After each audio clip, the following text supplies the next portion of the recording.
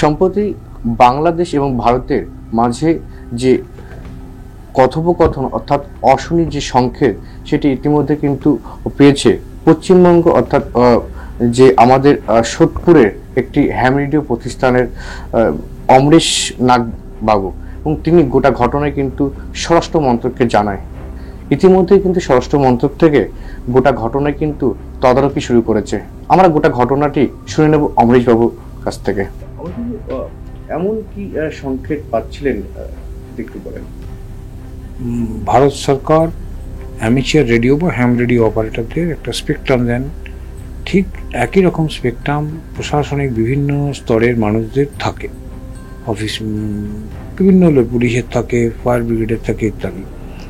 হ্যাম radio অপারেটররা তাদের নিজস্ব স্পেকট্রামের মধ্যে কথা বলে, তারা নির্দিষ্ট কল সাইন ব্যবহার করে, নির্দিষ্ট টেকনিক্যাল টার্ম ব্যবহার করে এবং কিছু রুলস অ্যান্ড রেগুলেশন মেনটেন করে তারা কথা বলে, যে এগুলি জেনে তাদের পরীক্ষা দিয়ে লাইসেন্সটা নিতে হয়।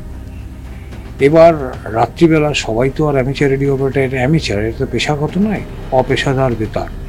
তো রাত্রিবেলার দিকে হঠাৎ দেখা যায় রেডিওর মধ্যে কেউ বা কারা কথা বলছে, সময়টা ঠিক 1:15-20 এরম হবে।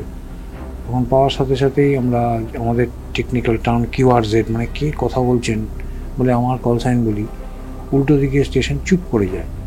তো কেউ অ্যামেচার রেডিও অপারেটর যদি কথা বলে, সাথে সাথে অনেক উল্টো দিকে অপারেটররা অ্যান্সার করে যে আমি এই কথা বলছি, তার কল সাইন বলে। কোনো কল সাইন না বলে চুপ করে যায়। কিছুক্ষণ আমি অপেক্ষা করার পর দেখি তারা আবার বার্তা বিনিময় করছে। আমি তখন তাদের আবার জিজ্ঞেস করি, বাংলায় কথা বলছিল এবং অ্যাসেন্ট করি ঠিক বাংলাদেশের বাঙালিরা যেভাবে কথা বলেন সেইভাবে কথাটা বলছিলেন। তো আমি তাদেরকে বললাম যে আপনি নাম বলছেন না কেন, বলুন কোথা থেকে বলছেন। আমার নাম এই, আমি আমার নাম বললাম কল সাইন বাদ দিয়ে। বলছেন বলুন, আবার চুপ করে যায়। কিছুক্ষণ বাদে আবার তারা উর্দু ল্যাঙ্গুয়েজ করে, কিন্তু গলার ভাষা এক। কেউ একজন আরেকজনের সাথে কথা বলছে, আমি এক প্রান্তের কথা পাচ্ছি, আরেক প্রান্তের কথাটা শুনতে পাচ্ছি না। তার কারণ হচ্ছে রেডিও হ্যামেরা বা রেডিও স্টেশনগুলি একটা স্টেশন থেকে একটা স্টেশনে কথাবার্তা বলে পয়েন্ট টু পয়েন্ট, কিন্তু আরেকটা স্টেশনের দূরত্বটা আমার স্পেসিফিক স্টেশনের থেকে অনেকটা বেশি দূরত্ব, তাই ওই স্টেশনের সিগন্যালটা আমার কাছে আসছে না। এই সিগন্যালের উৎসটা ঠিক কোথা থেকে আসছে ও পরিষ্কার নয়। পরের দিন আমরা ডাইরেকশনাল অ্যান্টেনা ব্যবহার করে সিগন্যাল সোর্সটা কোথা থেকে আসছে যা বোঝার চেষ্টা করি। আমরা দেখি সেটা বাংলাদেশের দিক থেকেই আসছে। বাংলাদেশের কোথা থেকে আসছে? বাংলাদেশের কোথা থেকে আসছে সেটা তো আমরা প্রথমে বুঝতে পারছি না, আমরা বুঝলাম বাংলাদেশের দিক থেকেই আসছে সিগন্যাল সোর্সটা। তারপর বাংলাদেশের বিভিন্ন অ্যামেচার রেডিও সংগঠনের যে সমস্ত বন্ধুরা আমাদের সাথে নিয়মিত রেডিওতে কথা বলেন, দুদেশ মিলে একসাথে বিভিন্ন রকমের কাজ করি, তাদের সাথে টেলিফোনিক যোগাযোগ করি, করে বলি এই ধরনের কথাবার্তা বলছে। এমন কি কোনো নভিস কেউ আছে যে হয়তো নিয়মকানুনটা অতটা রপ্ত করতে পারেনি, ঠিক কথা বলছে, জানে না বলে চুপ করে যাচ্ছে। তারা বললো না, এমন কেউ নেই। কোন দিক থেকে আসছে তারা জানতে চাইলে আমি বিষয়টা তাদেরকে জানি যে বিষয়টা খুলনার দিক থেকে আসছে। তখন তারা বলেন ওইখানকার কিছু হ্যামেদের আমার নাম্বার দেন, তাদের সাথে কথা বলি। কেউ কেউ বিষয়টা বুঝতে পারলেও কিন্তু ঠিক বলতে চান না যে কোথা থেকে এর উৎস কী। তারা জানান কি হ্যাঁ এরকম একটা হচ্ছে বলে সম্মতি প্রকাশ করেন, কিন্তু বলেন না ঠিক কোথা থেকে কী ব্যাপার। তারা হয়তো তাদের নিরাপত্তা বা অন্য কোনো বিষয়ের জন্য তারা ব্যাপারটা বললেন না, দেশের অন্তর্দেশীয় বিষয়ের জন্য। কিন্তু আমরা তো চুপ থাকতে পারি না, আমার দেশ আগে, তারপরে আমার হবি। আমরা সাথে সাথে বিষয়টা জানাই আমাদের যে মিনিস্ট্রি অফ কমিউনিকেশন, তাদেরকে বিষয়টা জানাই। কলকাতা, দিল্লি, বিভিন্ন জায়গায় জানিয়ে তারা বিষয়টা দেখছেন এবং আমাদেরকেও দেখতে বলেন। তো এই করতে করতে গঙ্গাসাগর মেলা চলে আসে। আমাদের বিভিন্ন হ্যামেরা বিভিন্ন দিক থেকে এটাকে রেকর্ডিং করতে শুরু করি। যে রেকর্ডিং করতে পারছি আমরা সেটা মিনিস্ট্রি অফ কমিউনিকেশানে জানাচ্ছি। আমরা এই রেকর্ডিংগুলি কাউকেই এটা দেখাতে শোনাতে পারি না, এর কিছু নিষেধাজ্ঞা আছে। তাই জন্য আপনাদেরকেও আমরা শ্রোতাদেরকে কী কমিউনিকেশান সেটা শোনাতে পারছি না, এটা নিষেধাজ্ঞার জন্যই। এরপরে মিনিস্ট্রি অফ কমিউনিকেশান থেকে স্বরাষ্ট্র মন্ত্রকে জানানো হয়। স্বরাষ্ট্র মন্ত্রকের অনেক অফিসাররা দফায় দফায় আমার কাছে এসছেন, আজকেও এসছেন, কথাবার্তা বলেছেন, কী হচ্ছে না হচ্ছে সবটা বোঝার চেষ্টা করছেন, দেখছেন। এবং আমরা আশাবাদী আগে এই ধরনের মোট পাঁচবার আমরা এই ধরনের সংকেত সিগন্যাল, ইলিগাল সিগন্যাল পেয়েছিলাম। প্রতি ক্ষেত্রেই আমার দেশের সরকারের যে নিরাপত্তা বাহিনী তারা সাফল্যের মুখ দেখেছিল। আমরা তাদের কাছ থেকে ধন্যবাদ পেয়েছিলাম। আমাদের তারা কৃতজ্ঞতা জানিয়েছিল।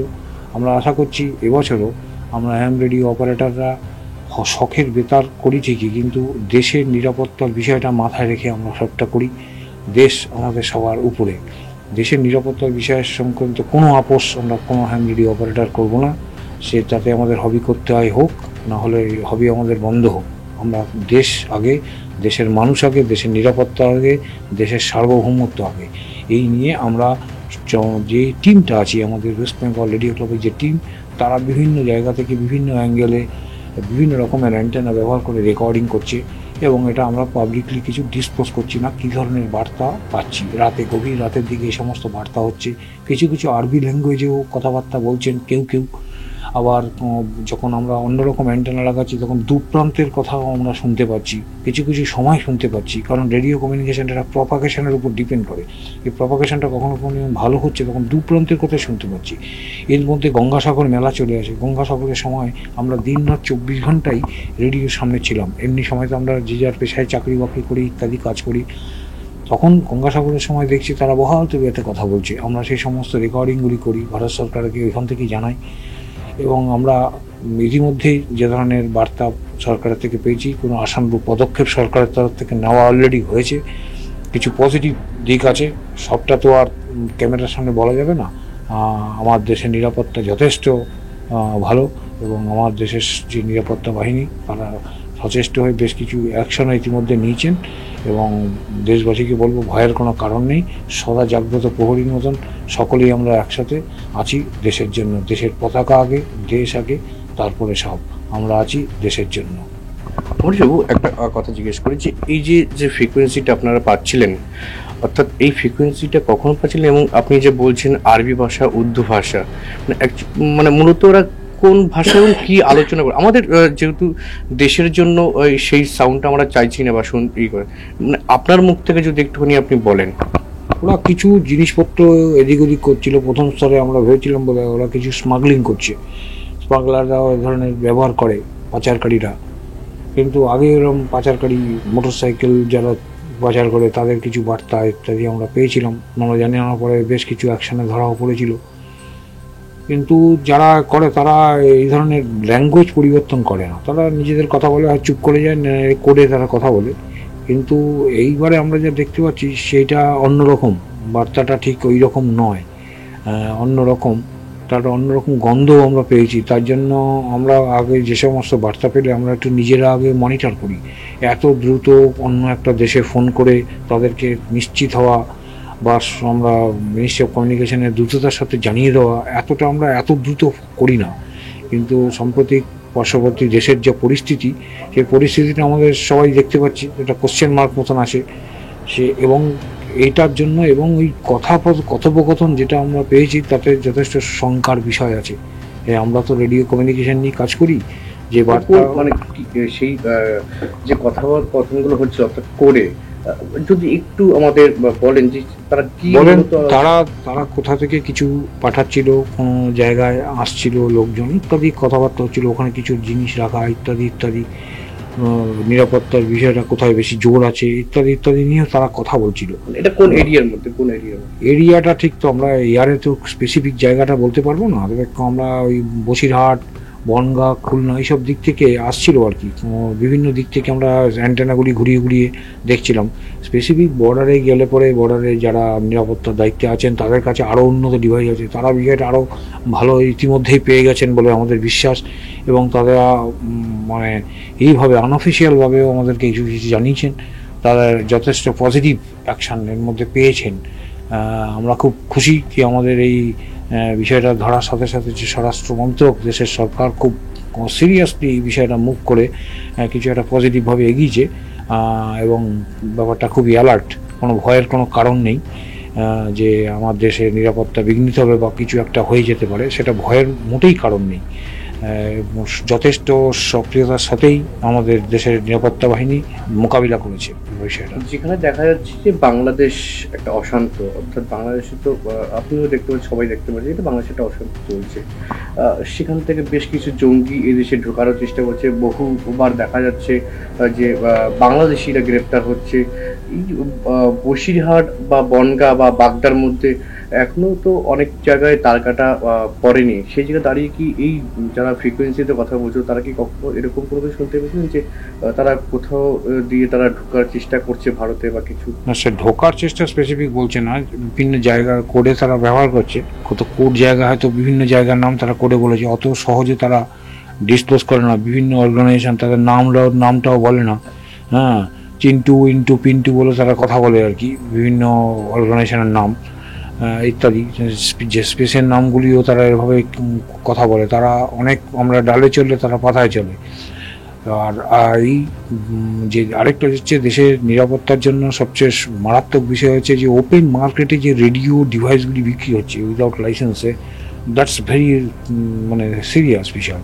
আমরা সরকারকে ইতিমধ্যে জানিয়েছি যে ওপেন মার্কেটে অনলাইনে কেন রেডিও ডিভাইস পাওয়া যাবে, কারণ যদি কোনো বাজে সংস্থা এই দেশে ঢুকে পড়ে তারা টেলিফোনটা চালাতে পারবে না, কারণ তার সার্ভিস প্রোভাইডারের সিম এখানে অ্যাকসেপ্ট হবে না। কিন্তু রেডিওর তো কোনো সার্ভিস প্রোভাইডার থাকে না, সে নিজেই স্বতন্ত্রভাবে যে কোনো জায়গা থেকে রেডিও অপারেট করতে পারবে, ওয়্যারলেস অপারেট করতে পারবে। কিন্তু ওপেন মার্কেটে যদি লাইসেন্স ছাড়া এরকম রেডিও পেয়ে যাওয়া যায়, তাহলে একটা অবাধ বিচরণ ক্ষেত্র হয়ে যাবে যোগাযোগ ব্যবস্থা। আর যোগাযোগ ব্যবস্থা যদি স্মুথ হয়ে যায়, যে কোনো অপারেশনে একটা ভালো হয়ে যায়। তো আমি দেশের সরকারের কাছে আপনাদের চ্যানেলের মাধ্যমে রিকোয়েস্ট করব যে ওপেন মার্কেটে এই যে অনলাইন মার্কেটিং ইত্যাদি জায়গা থেকে উইদাউট লাইসেন্সে যেন রেডিওটা বিক্রি না হয়, এটাও সিরিয়াসলি দেখা উচিত সরকারকে। এটা তো আমাদের কিছু করণীয় নেই যাতে কেউ না পায়। আর অনলাইন যারা প্ল্যাটফর্মে জিনিস বিক্রি করছেন তারাও বুঝতে পারছেন না কোন মানুষটা কী কারণের জন্য নিচ্ছে। বাজারে যে ওয়াকি টকি ব্যবহার হচ্ছে, সবাই ভাবছে যেমন বিয়ে বাড়ি, অনুষ্ঠান বাড়ি, পাড়ার বিসর্জনে ওয়াকি টকি ব্যবহার করছে, তার 99% হচ্ছে বেআইনি, লোকে জানেই না, ব্যবহার করে যাচ্ছে। এটা তো ঠিক নয়। 0.5 ওয়াটের একটা লাইসেন্স ফ্রি রেডিও আছে, তার বদলে 5 ওয়াট রেডিও ব্যবহার করছে, আরও বেশি ওয়াট ব্যবহার করছে। এই তো ঠিক না, খুব মারাত্মক বিষয়। আর রেডিও স্টেশন যে কোনো জায়গায় ইনস্টল করে গোপন জায়গাতে সে সমস্ত অপারেশন চালাতে পারে, এই বিষয়টা আছে বলেই আরও থ্রেটের বিষয়। কিন্তু তুলনামূলক, আমরা তো সারা পৃথিবীর মানুষদের সাথে কথাবার্তা বলি সাধারণত, তুলনামূলক কিন্তু বাংলাদেশের যে আইন ব্যবস্থা যতই ভেঙে পড়ুক, ওদের কিন্তু ওয়্যারলেস কিনতে গেলে তাদের একটু টাইট ব্যবস্থা আছে। ওপেন মার্কেটে কিন্তু ওয়্যারলেস পাওয়া যায় না, কারণ যে সমস্ত রেডিও হ্যামরা ওখানে আছেন তারা ওয়্যারলেস কিনতে গেলে কিন্তু তাদের যথেষ্ট কালঘাম পোয়াতে হয়। এটা আমরা জানি, তাদের সাথে বহু বছরের সম্পর্ক আমাদের। কিন্তু আমাদের এখানটা যেন কেমন, এটা আমরা সরকারের দৃষ্টিতে বহুবার নিয়ে এসেছি, কিন্তু এখনও সেটা সুরাহা হয়নি।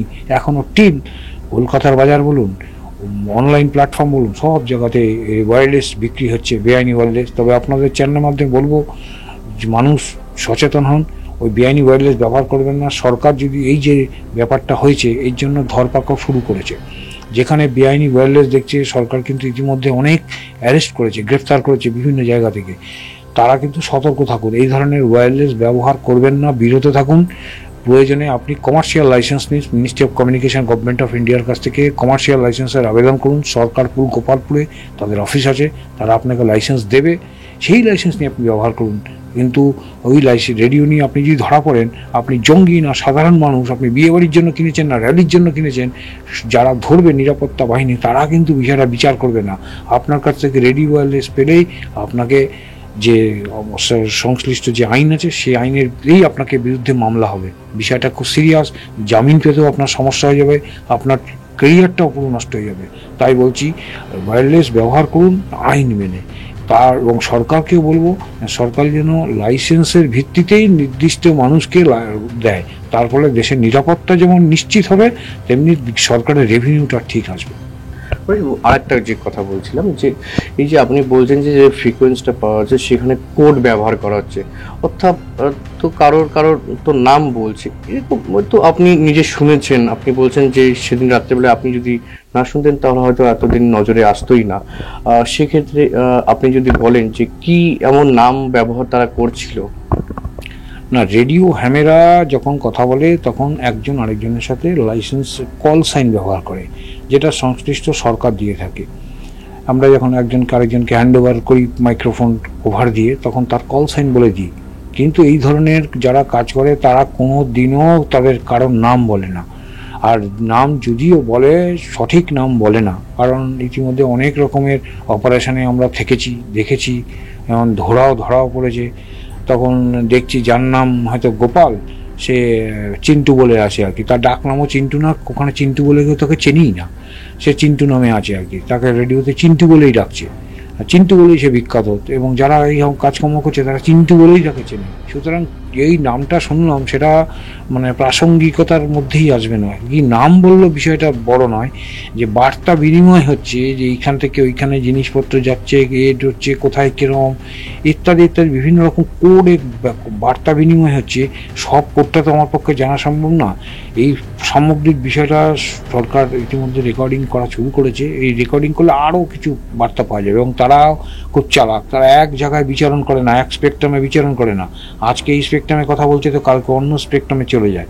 এইভাবে আমাদের স্পেকট্রামে যখন কথা বলছে আমরা সেগুলি শুনতে পাচ্ছি, কিন্তু তারা যখন আমাদের স্পেকট্রাম থেকে অন্য স্পেকট্রামে চলে গিয়ে কথা বলবে, সেটা আমরা শুনতে পাবো না কি বলছে, আমরা অন্য স্পেকট্রামে যাওয়ার জন্য অথরাইজ নই। কিন্তু সরকার সমস্ত স্পেকট্রামগুলি মনিটর করতে পারে, নিরাপত্তা বাহিনীরা সেগুলি সমস্ত মনিটর করতে পারে। তারা ইতিমধ্যে শুরু করে দিয়েছে রেকর্ডিং করা, এবং আমাদের কাছে সুনির্দিষ্ট খবর আছে, সদার্থক পদক্ষেপ ইতিমধ্যেই হয়েছে এবং কাজকর্ম শুরু হয়েছে, সতর্ক আছে দেশের বাহিনী।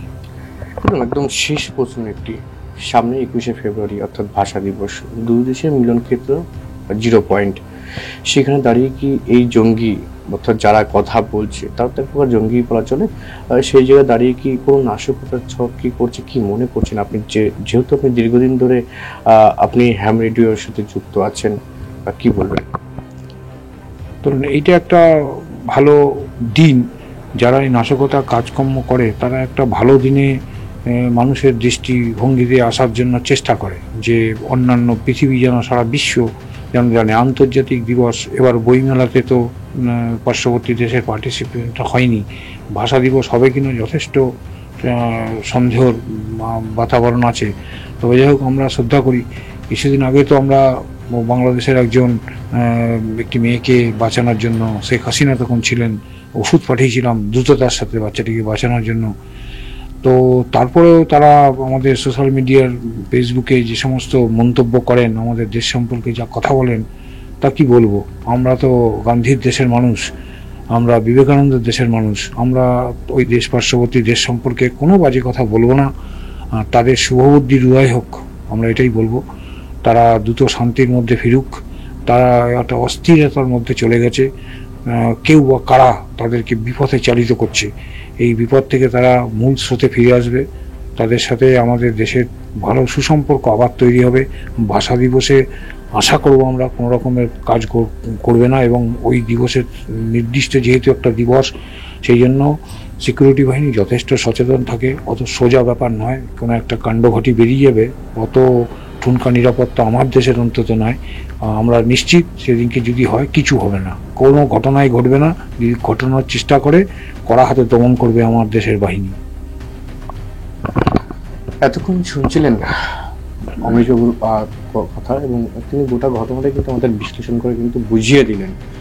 আপনাদের বোঝার সুবিধার্থে কিন্তু টোটাল যে কথা অর্থাৎ তার মুখ থেকে কিন্তু আমরা শুনলাম, এবং আপনারাও কিন্তু শুনলেন। এখন দেখার স্বরাষ্ট্র মন্ত্রক থেকে কি ব্যবস্থা নেয়, অর্থাৎ বাংলাদেশ যারা আমাদের দিনরাত 24 ঘন্টা পাহারা দিয়ে কিন্তু আমাদের যে নিশ্চিন্তে আমরা যে ঘুমাই, অর্থাৎ সেই জায়গায় দাঁড়িয়ে আরও কঠোর ব্যবস্থা নেবে, এটা আমরা আশাবাদী। এবং এর সাথে যারা যারা যুক্ত আছে, অর্থাৎ জঙ্গি বা দুষ্কৃতী যারাই হোক না কেন, তাদের উপর কঠোর ব্যবস্থা নেবে প্রশাসন। পেট্রোপোল বন্দর থেকে ক্যামেরায় শ্যামল পালের সাথে শান্তনু বিশ্বাস, 7 নিউজ। জয় হিন্দ।